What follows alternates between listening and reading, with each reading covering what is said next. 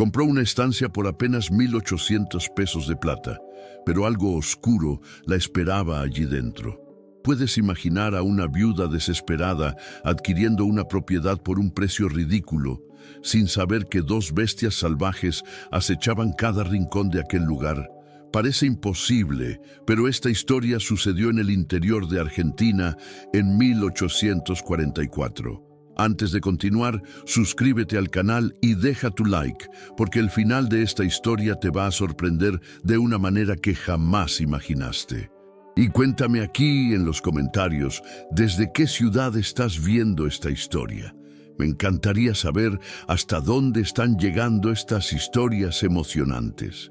La provincia de Entre Ríos, en el año 1844, era un territorio de extremos brutales. Mientras algunas familias prosperaban con la cría de ganado que comenzaba a dominar la economía de la región, otras se hundían en la miseria más absoluta. Una epidemia de cólera arrasaba los pueblos como fuego sobre pastizal seco, dejando atrás viudas, huérfanos y propiedades abandonadas que nadie quería reclamar. Fue en ese escenario de muerte y desesperanza donde Lucía Mendoza vio cómo su mundo se derrumbaba en apenas 5 días. Lucía tenía 32 años cuando enterró a su esposo. Rafael Mendoza había sido un hombre trabajador, honrado, pero sin fortuna propia. Trabajaba como capataz en una estancia ajena, ganando lo justo para mantener a su esposa y a sus 3 hijos alimentados y vestidos. Nada más que eso. Cuando el cólera se lo llevó, Lucía quedó con 3 niños por criar, ni una sola moneda en los bolsillos, y la certeza de que el patrón de las tierras donde vivían no tardaría en expulsarlos, y fue exactamente lo que sucedió. 2 semanas después del entierro, el dueño de la estancia apareció en la puerta de la pequeña vivienda donde Lucía moraba con sus hijos. Catalina, la mayor, tenía apenas 10 años, Diego, el del medio, 7, y la pequeña Isabel acababa de cumplir 4. El hombre no tuvo piedad. Dijo que necesitaba la casa para un nuevo capataz y le dio a Lucía 3 días para marcharse. 3 días para encontrar un lugar donde vivir. 3 días para decidir el futuro de 3 criaturas. 3 días que parecían 3 horas. Lucía no tenía familia cercana. Sus padres habían muerto años atrás, también víctimas de enfermedades. Rafael era hijo único y sus padres ya no vivían. Los pocos amigos que tenía estaban tan pobres como ella, luchando por sobrevivir en tiempos difíciles.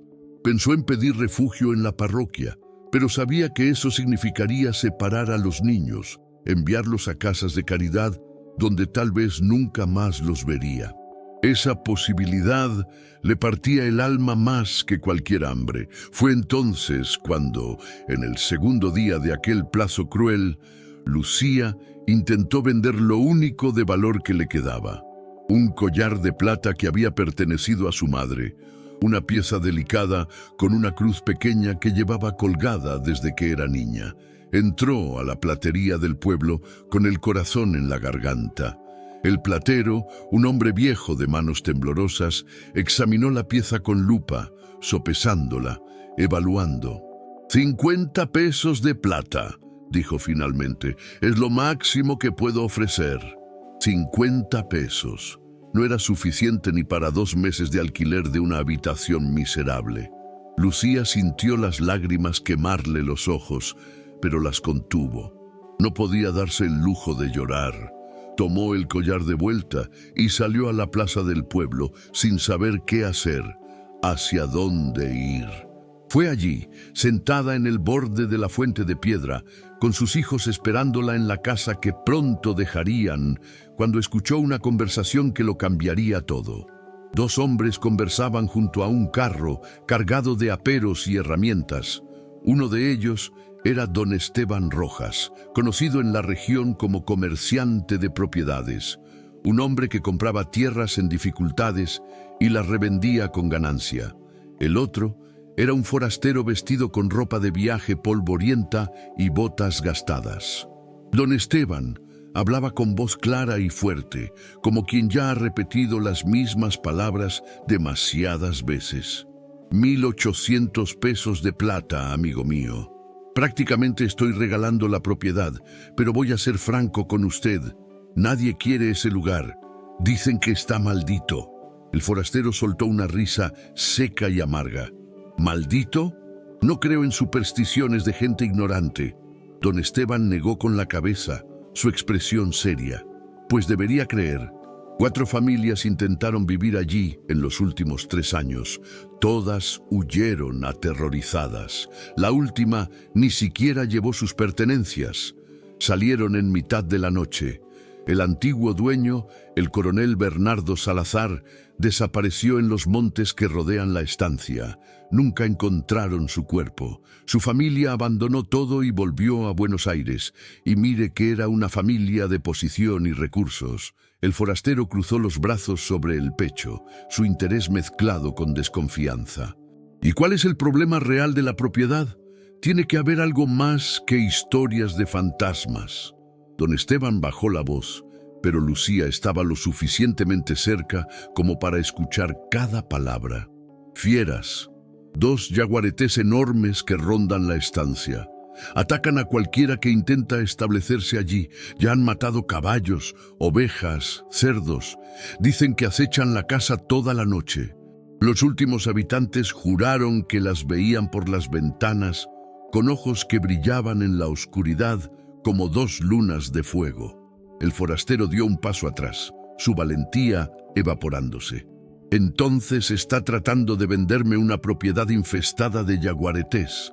¿Está loco? Don Esteban levantó las manos en gesto defensivo. Por eso el precio es una ganga. 1.800 pesos por una estancia con casa de piedra, galpón, pozo profundo y tierras fértiles. En cualquier otro lugar, eso valdría 20.000 pesos, quizás más. Si consigue resolver el problema de las fieras, habrá hecho el negocio de su vida. El hombre rió con amargura y se alejó, sacudiendo la cabeza. Prefiero mi vida intacta. Gracias, pero no. Lucía se quedó inmóvil, apretando el collar de plata contra su pecho. 1.800 pesos.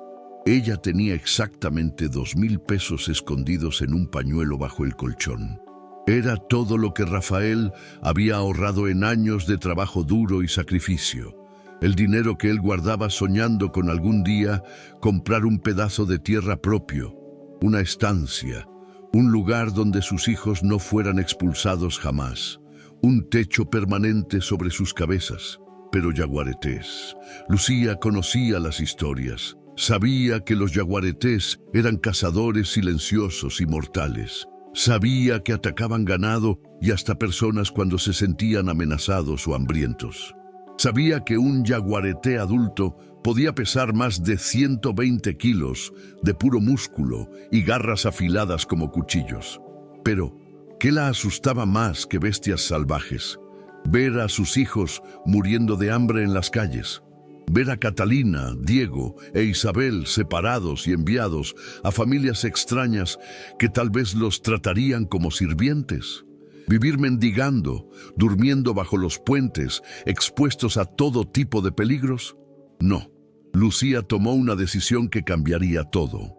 Se acercó a don Esteban Rojas con pasos firmes, ignorando las miradas curiosas de la gente alrededor. El hombre estaba guardando unos papeles en su bolsa de cuero cuando ella tocó su brazo. «Señor Rojas», dijo Lucía con voz que intentaba sonar más confiada de lo que se sentía. Escuché su conversación, la estancia que mencionó. Quiero comprarla. Don Esteban la miró de arriba a abajo, evaluando el vestido gastado, los zapatos remendados, el rostro marcado por la preocupación y el luto reciente. ¿Escuchó la parte de los yaguaretés, señora? Escuché todo. ¿Y aún así quiere comprar? Lucía tragó saliva con dificultad.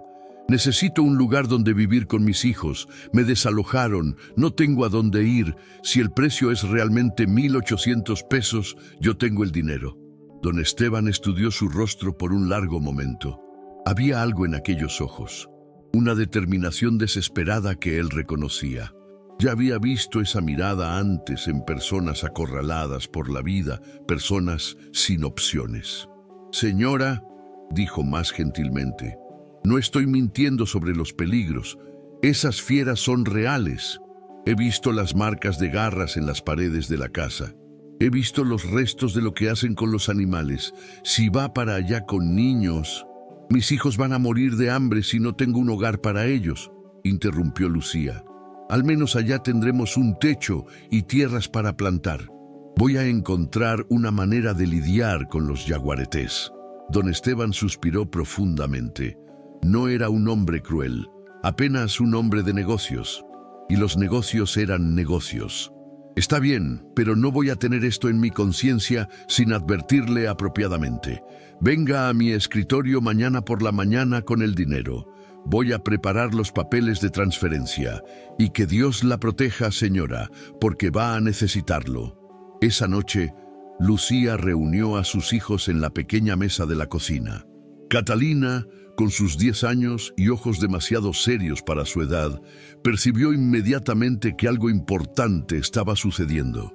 Diego jugaba con un pedazo de madera, tallando formas imaginarias con una piedra afilada. Isabel mecía una muñeca de trapo vieja y desgastada. «Niños», comenzó Lucía eligiendo las palabras con cuidado, «mañana vamos a salir de esta casa, vamos a un lugar nuevo, nuestra propia estancia». Catalina frunció el ceño. «¿Nuestra propia estancia? Pero mamá, ¿cómo?» «Con el dinero que su padre guardó. Él siempre soñó con tener una tierra propia. Ahora vamos a cumplir ese sueño». Diego soltó el pedazo de madera, emocionado.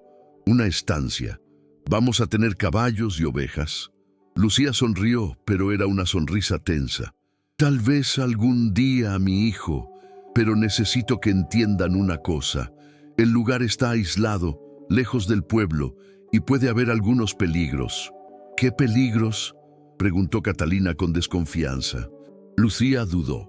¿Cómo explicarle a niños sobre yaguaretés sin aterrorizarlos? ¿Cómo prepararlos sin causar pánico? «Animales salvajes», dijo finalmente. «La región tiene animales que pueden ser peligrosos.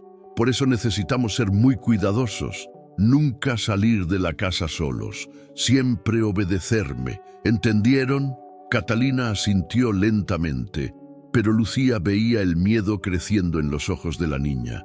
Diego parecía más emocionado que preocupado, como era típico de un chico de 7 años. Isabel continuó meciendo su muñeca, ajena a la gravedad de la conversación.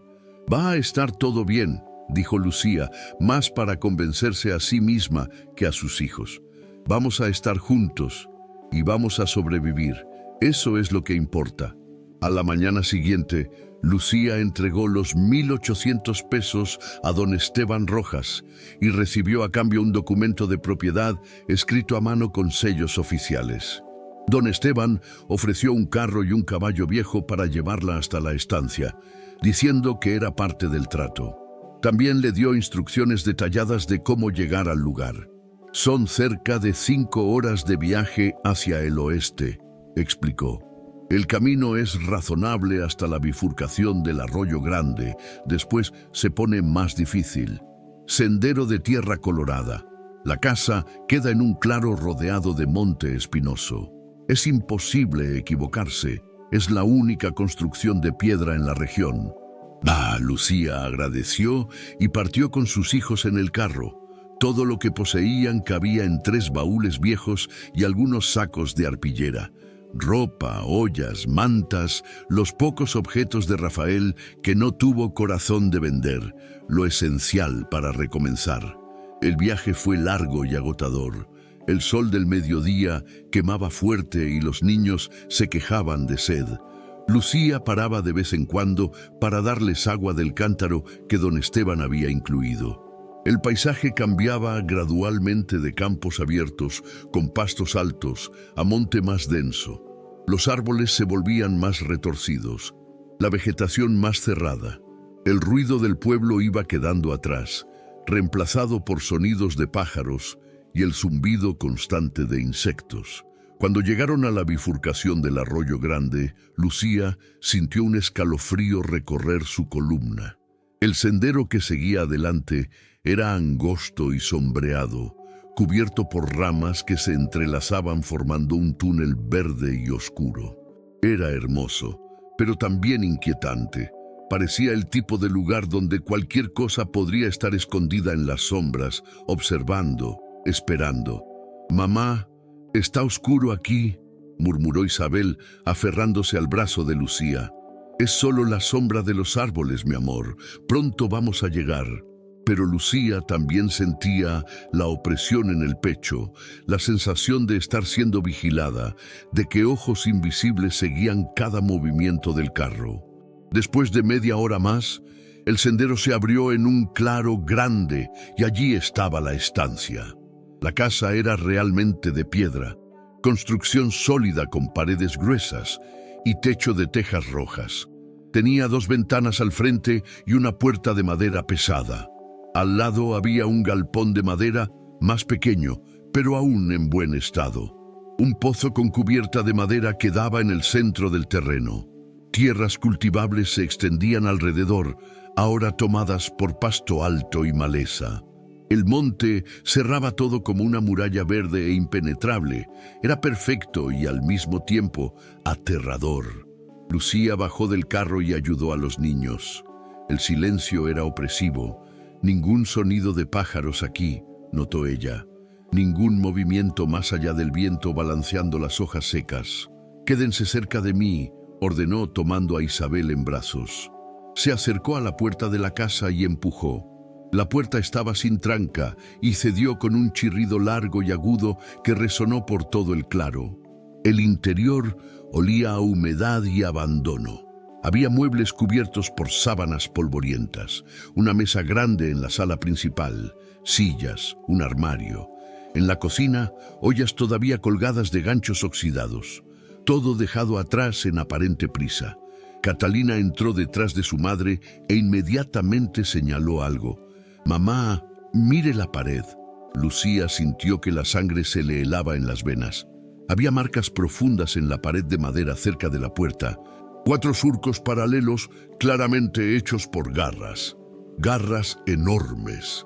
«Debe ser de algún animal que entró cuando la casa estaba vacía», dijo Lucía sin creer sus propias palabras.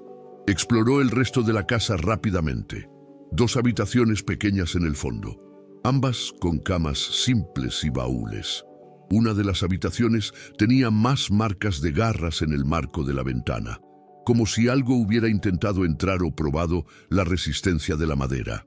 Lucía decidió no comentar eso con los niños. Pasaron el resto del día organizando la casa, limpiando polvo, abriendo ventanas para ventilar, quitando las sábanas de los muebles. Había incluso algunas provisiones dejadas atrás.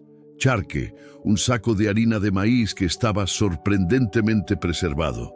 Quien huyó de allí salió con tanta prisa que abandonó comida. Cuando el sol comenzó a ponerse, Lucía trancó todas las puertas y ventanas, verificó cada cerradura 2 veces, puso a los niños a dormir temprano en una de las habitaciones, todos juntos en la misma cama. Catalina intentó protestar que era demasiado grande para dormir con sus hermanos, pero algo en la mirada de Lucía la hizo obedecer sin cuestionar. «No importa lo que escuchen esta noche», dijo Lucía, sosteniendo firme la mano de Catalina. «No abran esta puerta, no miren por la ventana. Quédense quietos y todo va a estar bien». «Mamá, nos está asustando», susurró Catalina. «Solo estoy siendo cuidadosa. Ahora duerman». Lucía cerró la puerta de la habitación y volvió a la sala. Encendió 2 velas y las colocó en la mesa.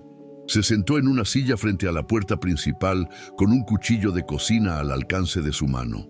No era un arma adecuada contra un yaguareté, lo sabía, pero era lo que tenía. Las primeras horas de la noche fueron tranquilas. Lucía escuchaba apenas el viento y el eventual canto de alguna lechuza distante. Comenzó a relajarse, pensando que tal vez las historias eran exageradas, tal vez los yaguaretés se habían ido, tal vez nunca habían sido tan peligrosos. Entonces escuchó el sonido, un gruñido bajo, gutural, viniendo de afuera. No era sonido de perro ni de ningún animal doméstico. Era profundo, predatorio, el sonido de algo grande y poderoso. Lucía quedó paralizada en la silla, el corazón disparándose en su pecho. El gruñido vino nuevamente más cerca. Después, el sonido de garras arañando madera. La puerta del galpón. Se obligó a levantarse y caminar silenciosamente hasta la ventana. Con manos temblorosas, apartó un rincón de la cortina improvisada y miró afuera. Sus ojos necesitaron un momento para ajustarse a la oscuridad de afuera, iluminada apenas por una luna menguante. Pero entonces lo vio.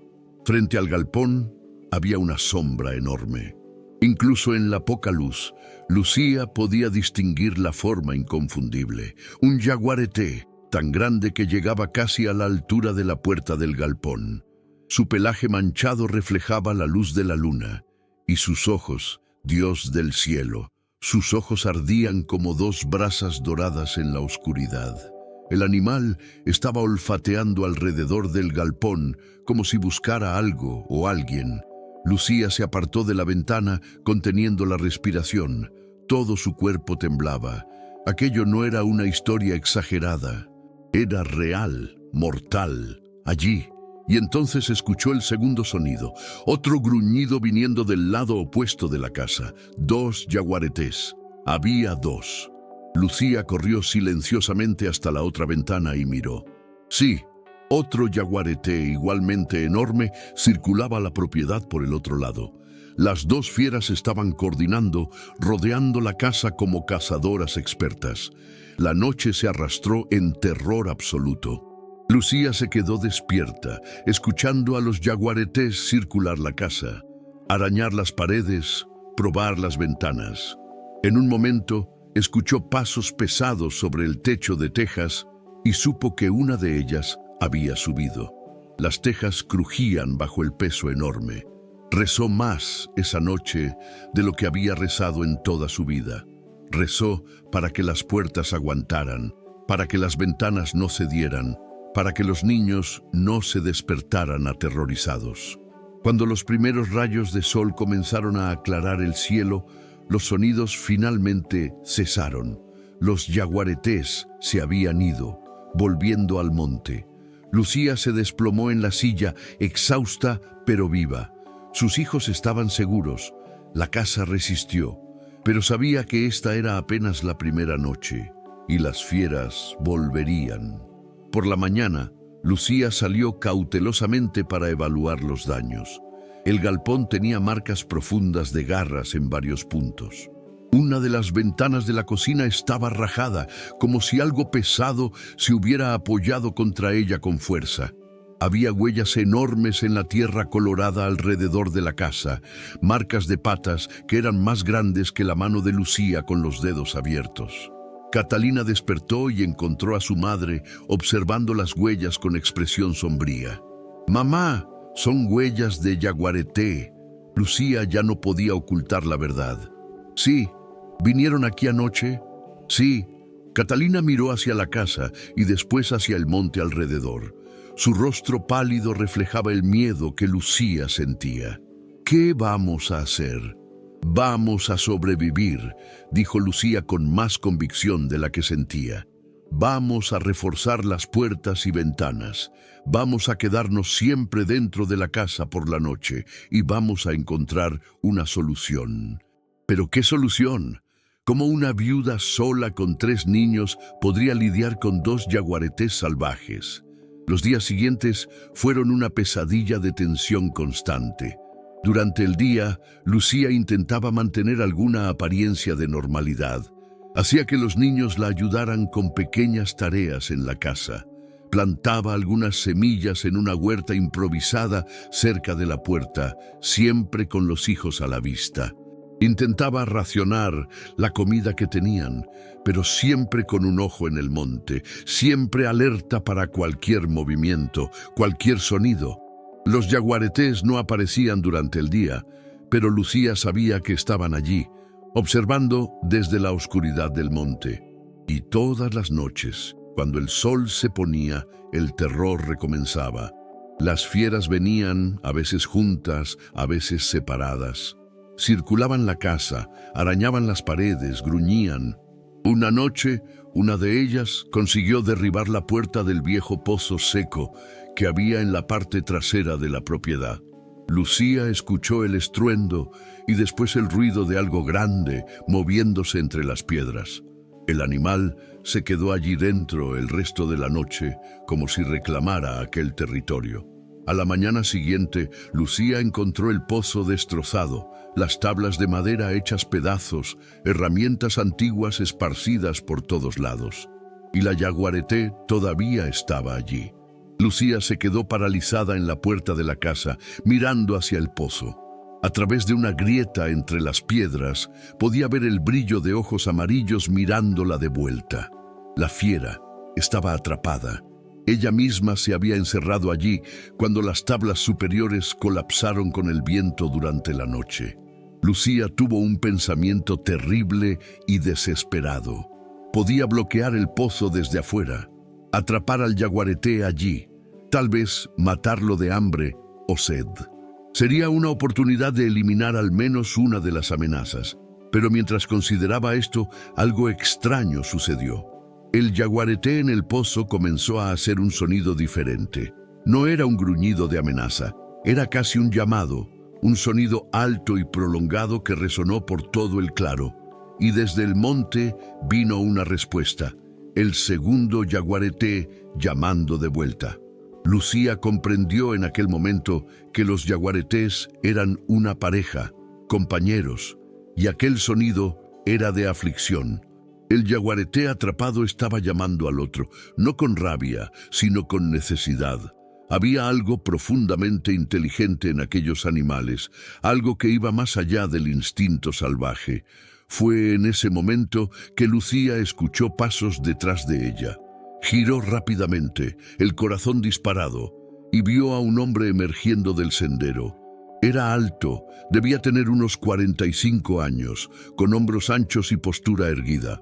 Su rostro estaba marcado por cicatrices antiguas, una de ellas cortando desde la ceja izquierda hasta el mentón. Usaba ropa simple de trabajo, gastada pero limpia. Sus ojos eran de un castaño profundo y cargaban una intensidad que hizo a Lucía retroceder un paso. «Señora», dijo el hombre con voz grave y calmada, «usted cometió un error comprando este lugar». Lucía apretó el cuchillo que sostenía escondido entre los pliegues de su falda. «¿Quién es usted?» «Marcos Villarreal. Vivo en las sierras, a algunos kilómetros de aquí», señaló hacia el pozo. «Escuché el llamado. Una de ellas está atrapada. ¿Cómo sabe usted sobre los yaguaretés?» Marcos dio algunos pasos en dirección al pozo, ignorando la pregunta. Estudió las tablas rotas, las marcas de garras, escuchó por un momento los sonidos que venían desde adentro. «Reina», murmuró, «la hembra mayor. Centella debe estar en el monte esperando». «¿Usted conoce a estos animales?», preguntó Lucía incrédula. Marcos se volvió hacia ella. «Los conozco. Nacieron aquí. El antiguo dueño de esta propiedad, el coronel Bernardo Salazar, las crió desde cachorros. Eran animales domesticados. Si es que un yaguareté puede ser verdaderamente domesticado. Pero él las maltrataba, les pegaba cuando no obedecían, las encadenaba por días sin comida para enseñarles lecciones.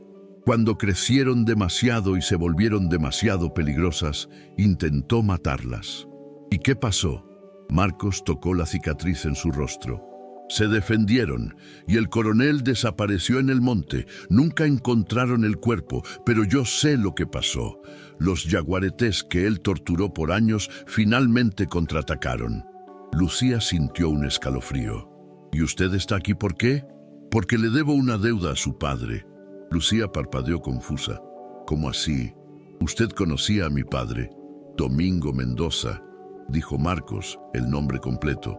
«Su padre me salvó de morir en una emboscada hace 20 años. Yo era apenas un muchacho sirviendo en la milicia provincial. Hubo un ataque de bandoleros en el Camino Real. Su padre, que pasaba por allí con su carreta, entró en medio del tiroteo y me sacó de allá. Recibí estos golpes». Tocó las cicatrices nuevamente.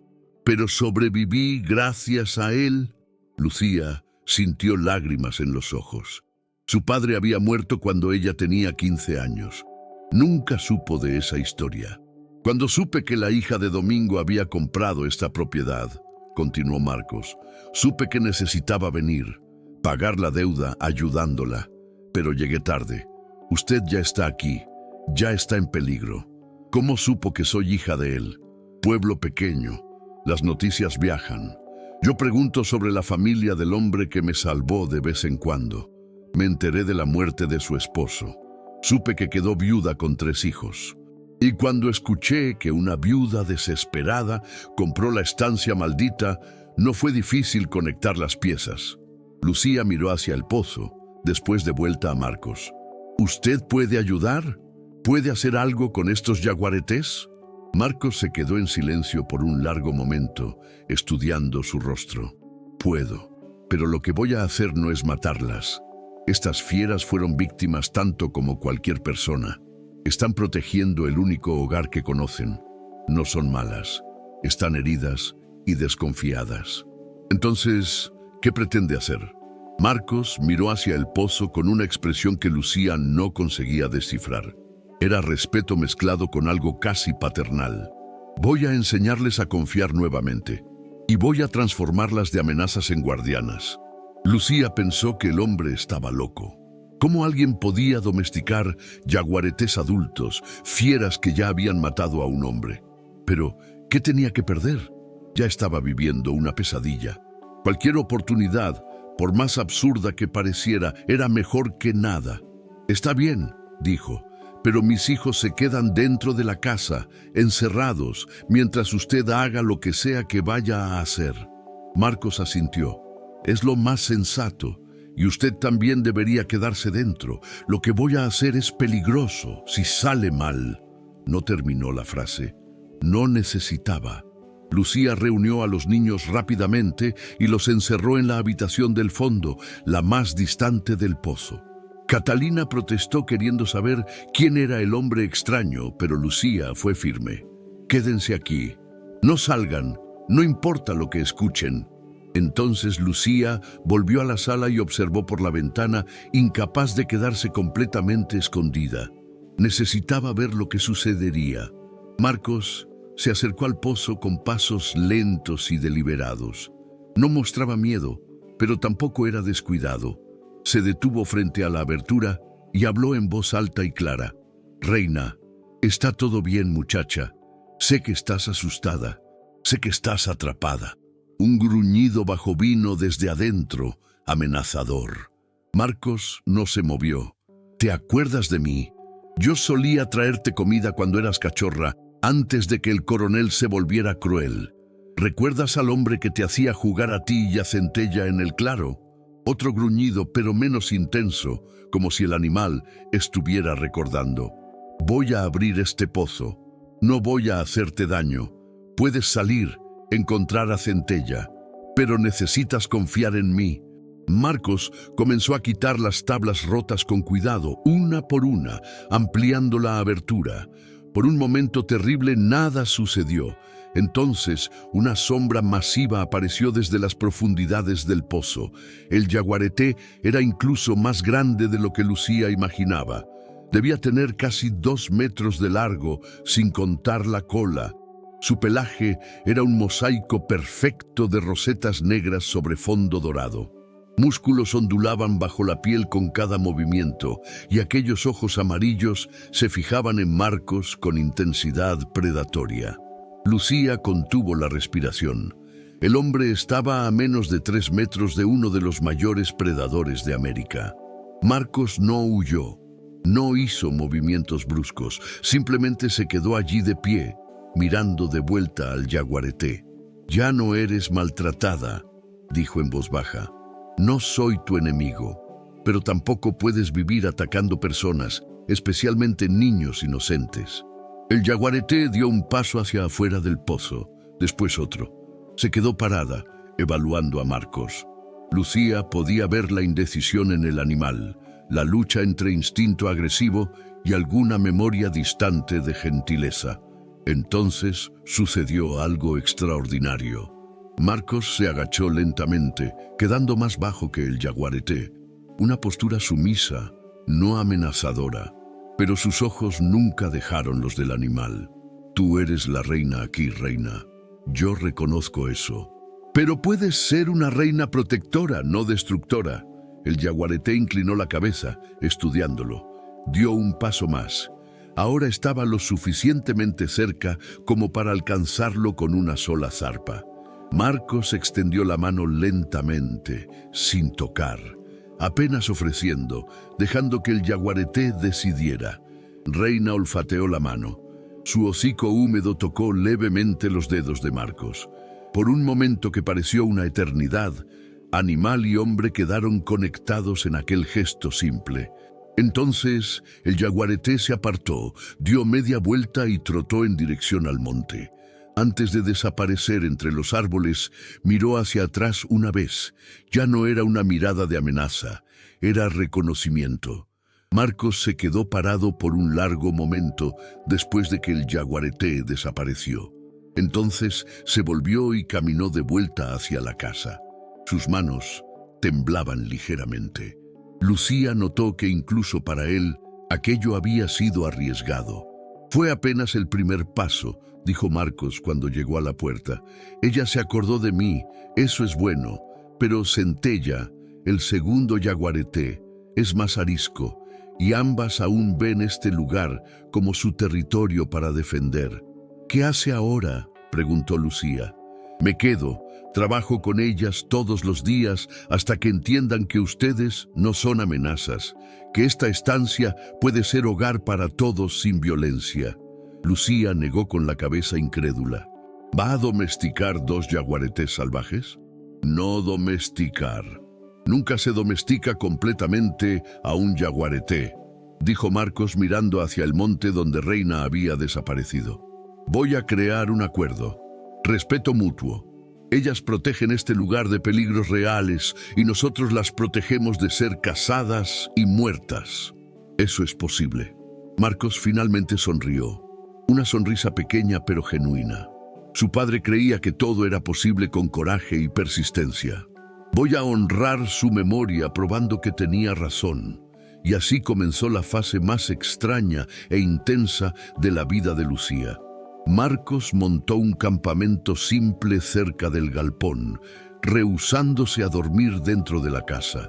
Dijo que necesitaba estar en el territorio de los jaguaretés, volverse parte del paisaje, no una intrusión. En los primeros días los jaguaretés mantuvieron distancia, aparecían por la noche, observaban de lejos, gruñían ocasionalmente, pero no atacaban. La presencia de Marcos parecía confundirlas. Marcos estableció una rutina. Todas las mañanas dejaba carne fresca en un lugar específico cerca del borde del monte. No se acercaba cuando los jaguaretés comían, respetando su espacio, pero siempre hablaba con ellas, su voz grave resonando a través del claro. Buenos días, reina. Buenos días, Centella. Comida para ustedes, sin trucos, sin veneno, solo sustento. Enseñaba a Lucía y a los hijos a moverse de manera no amenazadora. Nada de gestos bruscos, nada de gritos, movimientos lentos y predecibles. Los jaguaretés son cazadores de emboscada, explicó. Odian las sorpresas porque las sorpresas significan peligro. Si somos predecibles, somos seguros. Catalina quedaba fascinada con Marcos. Hacía preguntas constantes sobre los jaguaretés, sobre el monte, sobre cómo pensaban los animales. Diego intentaba imitar la voz grave de Marcos cuando él hablaba con las fieras. Isabel tenía miedo, pero también curiosidad, espiando por las ventanas para ver a los animales de lejos. Una semana después, Marcos dio el siguiente paso. Comenzó a acercarse a los lugares donde los jaguaretés descansaban durante el día. No directamente, sino gradualmente, disminuyendo la distancia. Los jaguaretés lo permitían, siempre que él no cruzara ciertas líneas invisibles. Es como un baile, explicó Marcos a Lucía cierta tarde. Ellas establecen los límites. Yo los respeto, Pero todos los días los límites se vuelven un poco menos rígidos. ¿Cuánto tiempo va a llevar esto?, preguntó Lucía. El tiempo que sea necesario. Pero Lucía no tenía todo el tiempo del mundo. La comida se estaba acabando. Las pocas monedas que sobraron del dinero de la compra eran insuficientes. Necesitaba poder trabajar la tierra, plantar, cosechar. Y no podía hacer eso con yaguaretés rondando. Como si sintiera su ansiedad, Marcos tomó una decisión arriesgada. En la segunda semana comenzó a traer a los yaguaretés más cerca de la casa, primero con comida, creando un camino de pedazos de carne que llevaba desde los árboles hasta el claro abierto. Los yaguaretés seguían el camino cautelosamente, siempre alertas, pero lo seguían. Después, Marcos se quedaba sentado inmóvil cerca del sendero de comida, solo sentado, sin hacer nada amenazador. Los yaguaretés pasaban junto a él a pocos metros, tomaban la carne, pero no atacaban. Estaban aprendiendo que aquel humano específico era seguro. Entonces llegó el momento crucial. Marcos pidió a Lucía que saliera de la casa con él presente. «Ellas necesitan ver que tú también eres segura», dijo, «pero voy a estar aquí. Si algo sale mal, corro para distraerlas y tú vuelves adentro». Lucía no quería hacer eso. Cada fibra de su ser gritaba para quedarse en la seguridad de la casa de piedra. Pero confiaba en Marcos, aquel hombre extraño y marcado por cicatrices, que apareció de la nada. Tenía más conocimiento sobre estas fieras que cualquiera. Fue al amanecer. Los yaguaretés generalmente estaban más calmados en ese horario, después de una noche de caza. Marcos y Lucía salieron juntos. Él la posicionó detrás de él, levemente protegida. Reina estaba echada a la sombra de un ombú grande, a cerca de 20 metros. Sus ojos se abrieron cuando vio el movimiento. Quedó alerta, pero no se levantó. «Buenos días, Reina», dijo Marcos con naturalidad. «Esta es Lucía, la nueva dueña de la casa. Ella no es una amenaza, es familia». La palabra resonó extrañamente. Familia. Marcos estaba diciéndole al yaguareté que Lucía hacía parte del mismo grupo. Reina observó por un largo momento. Entonces, sorprendentemente, cerró los ojos nuevamente y volvió a descansar. Era una señal. Aceptación, aunque renuente. En los días siguientes, Lucía salió más veces, siempre con Marcos presente, siempre cautelosa. Pero gradualmente los yaguaretés dejaron de reaccionar a su presencia. Ella se volvió parte del escenario, así como Marcos. El verdadero desafío vino 4 semanas después. Marcos sugirió que los niños salieran. Lucía rechazó inmediatamente. «No, absolutamente no. No voy a arriesgar a mis hijos».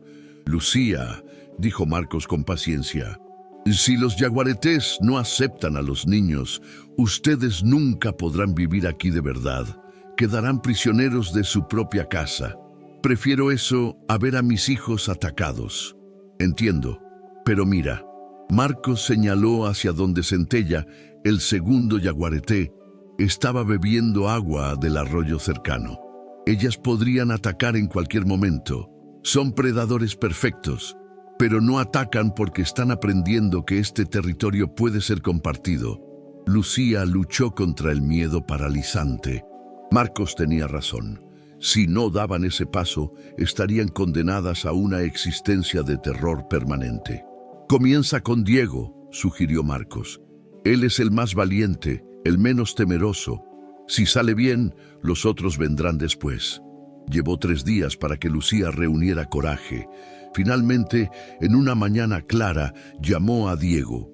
«Hijo, necesito que confíes en mí y en el señor Marcos».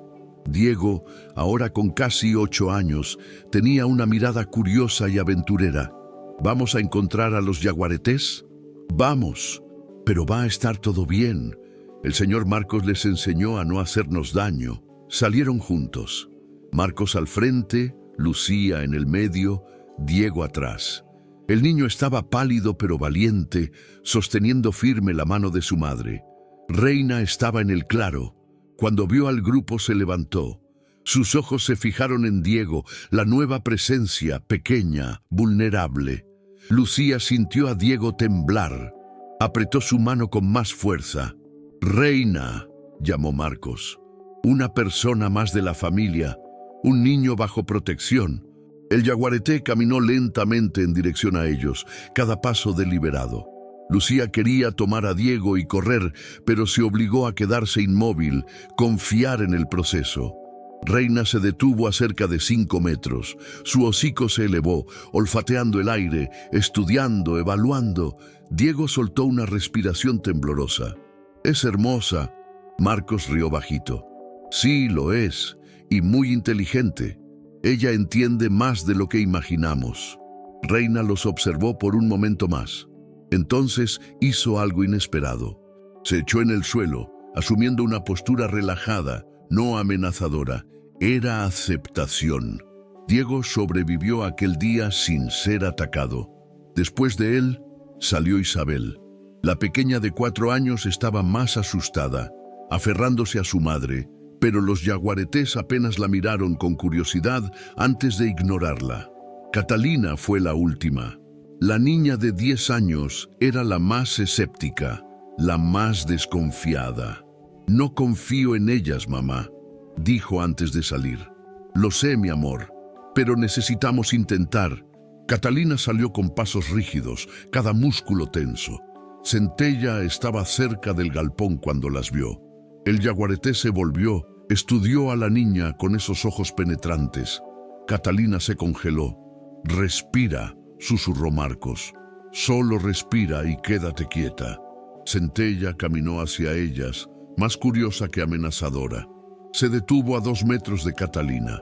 La niña y el yaguareté se miraron por lo que pareció una eternidad. Entonces Centella simplemente se dio vuelta y se alejó, como si hubiera tomado su decisión. Catalina era aceptable. Pasaron los meses. El otoño de 1844 dio lugar al invierno. La rutina de la estancia se estableció. Lucía y los niños aprendieron a vivir en armonía cautelosa con las fieras. Marcos continuó presente, pero poco a poco pasó a dormir dentro de la casa, en la otra habitación. Había demasiado trabajo para una persona sola, y él se volvió esencial. Arregló el techo, reconstruyó el galpón, ayudó a plantar una huerta mayor. Entre Marcos y Lucía creció un respeto profundo. No era romance, no todavía, pero era asociación genuina. 2 sobrevivientes aprendiendo a confiar, así como los yaguaretés. Y los yaguaretés cambiaron todo. Reina y Centella dejaron de ser amenazas y se volvieron presencia constante pero pacífica. Dormían cerca de la casa durante el día, cazaban en el monte por la noche, pero siempre volvían al amanecer. Marcos continuó alimentándolas ocasionalmente, pero descubrió que no era necesario. Los yaguaretés cazaban sus propias presas. La comida era apenas para mantener el vínculo. Un día, algo extraordinario sucedió. Catalina estaba cosechando verduras en la huerta cuando una yarará apareció entre las hojas, venenosa, mortal. Antes de que alguien pudiera reaccionar, Centella apareció de la nada. En un movimiento demasiado rápido para que el ojo acompañara, el yaguareté mató a la serpiente con una zarpa precisa.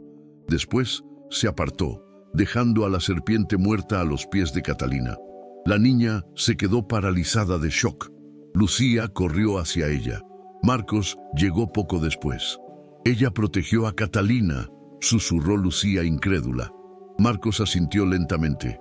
«Entendieron. Ustedes son parte de su territorio, y el territorio se protege». A partir de ese día, los yaguaretés asumieron un nuevo rol. Guardianas. Cuando un grupo de carpinchos intentó invadir la huerta, los yaguaretés los ahuyentaron. Cuando un puma menor entró en la propiedad, Reina lo enfrentó y lo expulsó. Cuando un yaguareté macho intentó desafiar a Centella por el territorio, ambas hembras lo atacaron juntas hasta que huyó. La estancia que Lucía compró por 1.800 pesos, la propiedad maldita que todos temían, se volvió el lugar más seguro de la región y la noticia se esparció. Viajeros que pasaban por el camino distante escucharon historias. La viuda que vivía con yaguaretés, las fieras que protegían niños, el hombre misterioso que domesticó animales salvajes. Algunos venían a ver con sus propios ojos.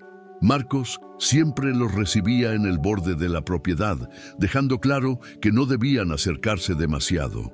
Los yaguaretés toleraban a los residentes, pero extraños aún eran vistos con sospecha. La estancia comenzó a prosperar. Lucía y Marcos trabajaban duro en la tierra. Los niños ayudaban según sus capacidades. La huerta producía bien. Marcos consiguió algunas gallinas y un cerdo, manteniéndolos en un corral reforzado que los yaguaretés aprendieron a no invadir. El invierno pasó. La primavera de 1845 trajo flores y nuevos comienzos.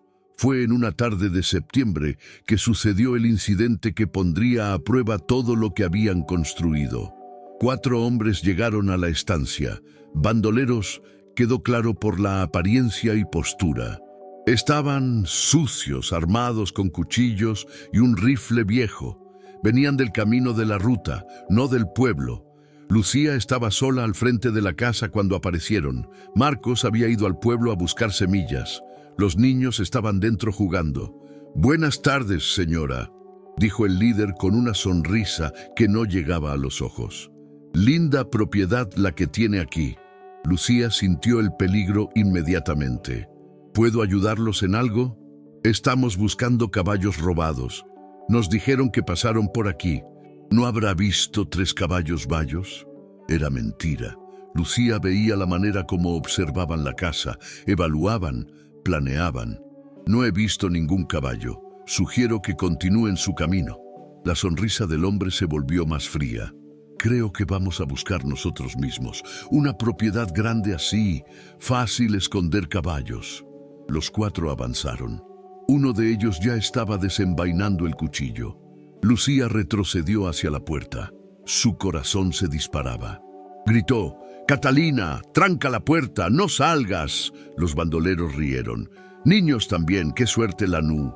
No terminaron la frase. Reina surgió del lateral de la casa en silencio absoluto, una sombra masiva de músculo y furia. No gruñía, no advertía, simplemente atacó. El bandolero más cercano ni tuvo tiempo de gritar. Reina lo derribó con una zarpa que habría matado a un toro. El hombre cayó al suelo, aturdido, sangrando. Los otros 3 se congelaron de horror. Pero Centella ya estaba detrás de ellos, habiendo circulado sin hacer sonido. Los 2 yaguaretés se posicionaron entre Lucía y los hombres. Sus gruñidos ahora llenaban el aire, profundos y aterradores. Labios curvados, mostrando colmillos del tamaño de dedos. «Váyanse», dijo Lucía con voz firme. «Ahora, o ellas los matan». Los 3 bandoleros que aún estaban de pie ayudaron al cuarto a levantarse.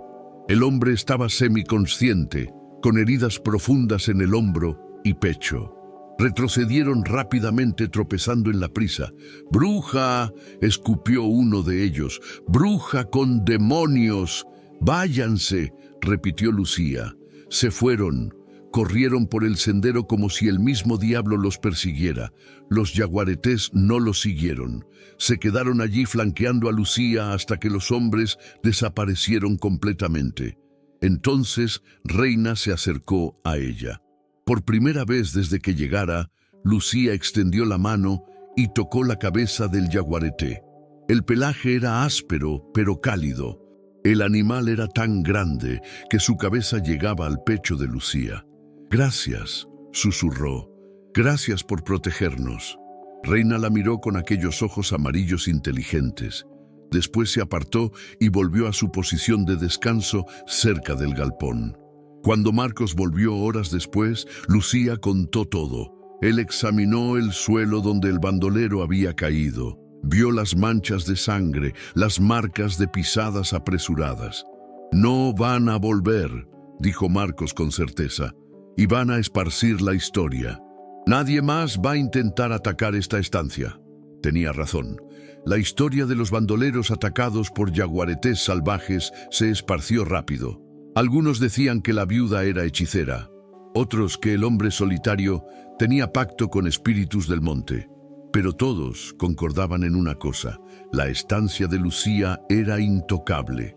Lo que comenzó como maldición se volvió protección. Los meses siguientes fueron de relativa paz. La estancia prosperó. Marcos y Lucía trabajaban lado a lado todos los días, y entre ellos crecía algo más que respeto. Un afecto silencioso, nacido de confianza y experiencias compartidas. Los niños crecían fuertes y saludables. Catalina tenía ahora 11 años y ayudaba a su madre con tareas complejas. Diego, a los 8, seguía a Marcos por todas partes, aprendiendo sobre agricultura y animales. Isabel, incluso pequeña, ya no tenía miedo de los yaguaretés. Marcos la sorprendía conversando con Centella, como si el yaguareté pudiera entender. «Gatota grande, hoy el cielo está lindo, ¿no es así?», decía la niña. Y Centella la miraba con lo que casi parecía ser paciencia. Fue Catalina quien finalmente preguntó lo que todos pensaban. Una noche, después de la cena, miró a Marcos y dijo: «¿Usted se va a quedar para siempre?». Marcos miró a Lucía. Ella lo miró de vuelta. Ninguno de los dos había hablado sobre eso abiertamente, pero la pregunta flotaba en el aire desde hacía meses. «Si tu madre lo permite», dijo Marcos calmadamente, «me gustaría mucho quedarme». Lucía sintió lágrimas en los ojos, no de tristeza, sino de alivio, de gratitud, de esperanza. «Sería un honor», dijo. No fue una propuesta de matrimonio formal, no hubo grandes declaraciones, pero fue un compromiso, un acuerdo de construir algo juntos, una familia reconstruida de pedazos rotos. Un año después de la llegada de Lucía a la estancia, en una tarde dorada de otoño, sucedió algo que nadie esperaba. Reina desapareció por 3 días. Centella quedó inquieta, circulando la propiedad, llamando. Marcos quedó preocupado. Los yaguaretés son territoriales y no abandonan sus dominios fácilmente. En el 3er día, Reina volvió, pero no estaba sola. Había dado a luz. 3 cachorros tambaleantes la seguían, sus manchas todavía no completamente formadas, sus ojos abiertos hacía poco tiempo. Marcos se quedó en silencio absoluto cuando los vio. Lucía sostuvo su mano. «Ella trajo los cachorros aquí», susurró Lucía, «al lugar que considera seguro». Era la señal final, más clara que cualquier otra. Los yaguaretés no veían la estancia apenas como territorio, la veían como hogar. Un hogar lo suficientemente seguro para traer la siguiente generación. Reina mantuvo a los cachorros cerca de ella, pero permitió que la familia observara de lejos. Los pequeños eran torpes, juguetones, completamente ajenos a lo extraordinarios que eran. En los meses siguientes, los cachorros crecieron bajo la vigilancia atenta de Reina y Centella. Los niños de Lucía observaban fascinados las lecciones de caza, los juegos, el desarrollo de aquellos futuros predadores. Marcos estableció reglas rígidas. Nunca toquen a los cachorros, nunca se acerquen demasiado. Reina es madre ahora, y las madres son impredecibles cuando protegen hijos. Más interesantemente, Reina permitía que los niños de Lucía existieran en el mismo espacio que sus cachorros. Había una línea invisible que no debía ser cruzada, pero dentro de esos límites, 2 grupos de jóvenes crecían lado a lado. Diego una vez comentó: «Es como si fuéramos todos hermanos, pero de tipos diferentes». Marcos sonrió. «Tal vez lo sean, una familia extraña, pero familia de todos modos». La estancia ganó una reputación peculiar. Personas venían de lejos apenas para ver el lugar donde humanos y yaguaretés coexistían. Marcos nunca permitía que llegaran muy cerca, pero la curiosidad generaba un pequeño comercio. Lucía comenzó a vender productos de la huerta, huevos, hasta miel de colmenas que Marcos estableció en el borde de la propiedad. El dinero era modesto pero suficiente. Más que eso, era honesto, ganado con trabajo duro en tierra propia. Hubo momentos difíciles, claro. Un invierno particularmente riguroso trajo escasez. Marcos tuvo que suplementar la alimentación de los yaguaretés porque la casa estaba rara. Lucía enfermó con fiebre y quedó en cama por 2 semanas. Los niños tuvieron las enfermedades típicas de la infancia, pero superaron cada desafío juntos. Marcos cuidó de Lucía cuando estaba enferma, haciendo tés de hierbas que aprendió de indígenas guaraníes. Lucía cosió y remendó las ropas de Marcos hasta que no parecían más tan gastadas. Los niños aprendieron resiliencia, adaptabilidad, y los yaguaretés permanecieron guardianas silenciosas de un hogar improbable. 2 años después de la llegada de Lucía, en 1846, sucedió el evento que revelaría el secreto más oscuro de la propiedad. Una tormenta violenta golpeó la región, lluvias torrenciales por 3 días seguidos. El arroyo cercano se desbordó.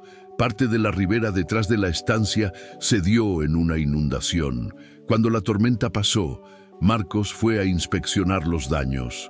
La ribera expuesta reveló algo inesperado: huesos humanos.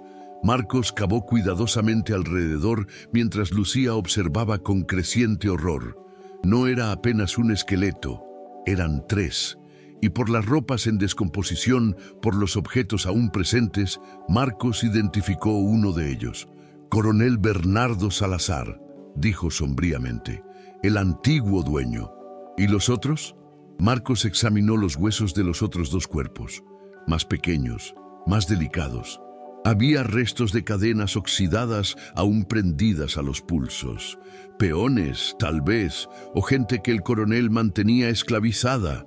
Pero lo más revelador estaba en el cráneo del coronel. Marcas inconfundibles de colmillos. Un yaguareté había atacado su cabeza y cuello.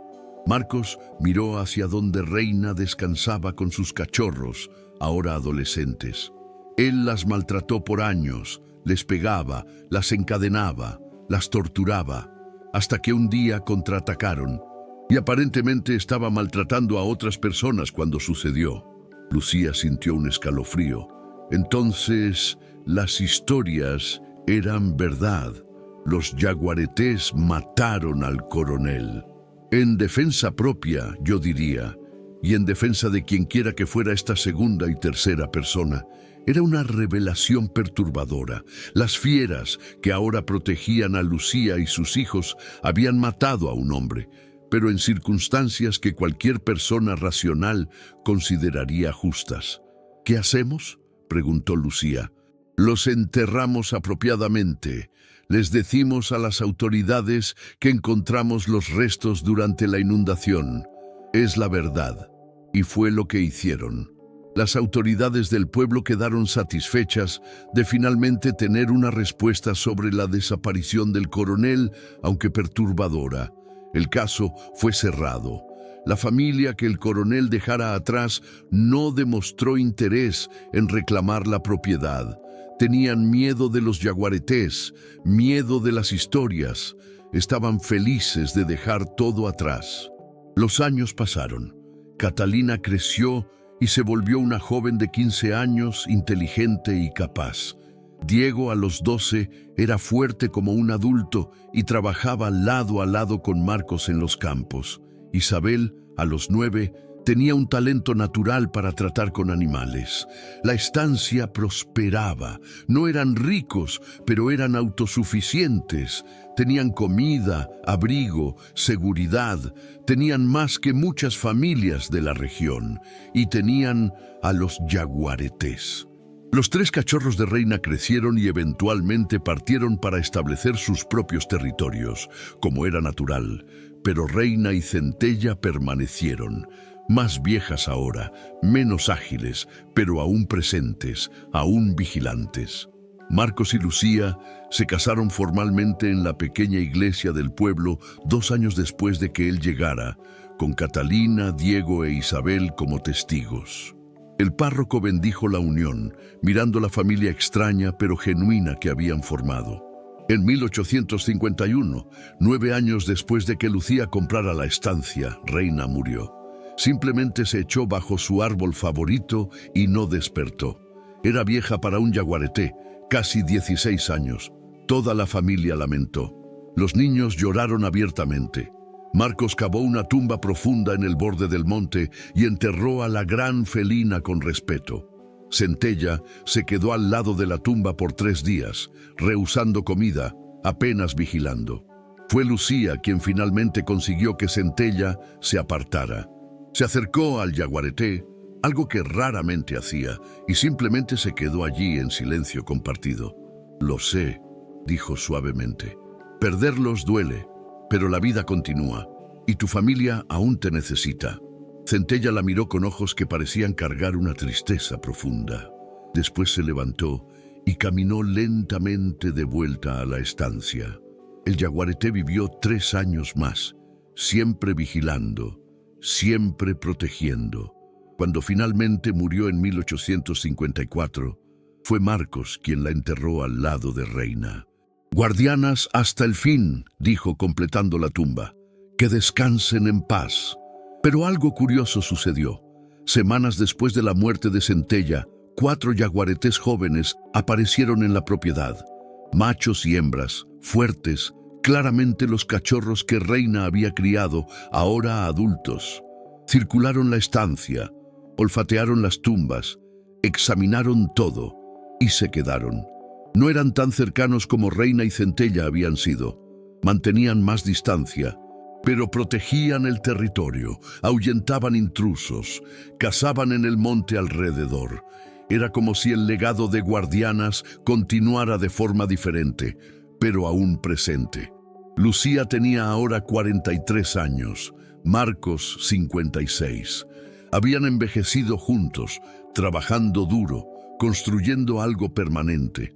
Una noche, sentados en la misma galería donde tantas conversaciones importantes habían sucedido, Lucía dijo: «¿Sabes? Cuando compré este lugar, pensé que iba a morir aquí. Pensé que los yaguaretés me matarían». Marcos rió suavemente. «Y yo pensé que sería muerto intentando domesticarlas, pero ninguno de nosotros murió. No, vivimos, y vivimos bien». Lucía miró alrededor de la propiedad. La casa de piedra estaba en excelente condición, mejorada con reparos constantes. El galpón era sólido, los campos productivos, los niños saludables y listos para sus propias vidas. ¿Sabes qué descubrí? Aquellos 1,800 pesos compraron mucho más que tierra. Compraron una oportunidad de probar que coraje y persistencia pueden transformar maldición en bendición. Marcos asintió. Su padre diría que honró su memoria, y tu presencia honró la deuda que sentías deber. Más que deuda, encontré propósito aquí, familia, hogar. Un silencio confortable cayó entre ellos. A lo lejos, el gruñido bajo de uno de los yaguaretés jóvenes resonaba, afirmando su presencia, protector de un legado extraño, pero verdadero. «Las personas todavía hablan sobre nosotros», comentó Lucía. «La viuda y el hombre solitario que viven con fieras. Que hablen. Nosotros sabemos la verdad». ¿Y cuál es la verdad? Marcos pensó por un momento. Que a veces lo que parece imposible solo está esperando a alguien lo suficientemente valiente para intentar. Que el respeto vale más que la dominación. Que la familia viene en formas que nunca esperamos. Años después, cuando Catalina se volvió maestra en el pueblo, cuando Diego trabajó en conservación de fauna nativa, cuando Isabel se hizo conocida en la región por su talento con animales heridos, la estancia de Lucía permaneció. Y siempre había un yaguareté cerca, a veces hijos de los cachorros originales, a veces otros que encontraban el camino hacia aquel territorio protegido. Nunca eran forzados a quedarse, nunca eran capturados, pero escogían aquel lugar, porque la estancia que Lucía compró por 1,800 pesos, lo que todos decían estar maldito, se había vuelto algo único. un santuario donde humanos y fieras aprendieron que la coexistencia no era apenas posible, sino que podía crear algo más fuerte de lo que cualquiera podría alcanzar solo. Confianza, protección mutua, respeto y familia en la forma más inesperada posible, y ahí está. ¿Puedes imaginar vivir lado a lado con jaguaretes? Esta historia muestra que a veces lo que parece una maldición puede transformarse en la mayor bendición. Cuéntame aquí en los comentarios. ¿Tendrías el coraje de domesticar una fiera salvaje o pensarías que es mejor huir? Quiero saber tu opinión. Si te gustó esta historia increíble, suscríbete al canal y activa la campanita para no perderte ninguna historia emocionante. Y no olvides dejar tu like. Y mira, en el próximo video recomendado hay otra historia sorprendente esperándote. Hasta la próxima.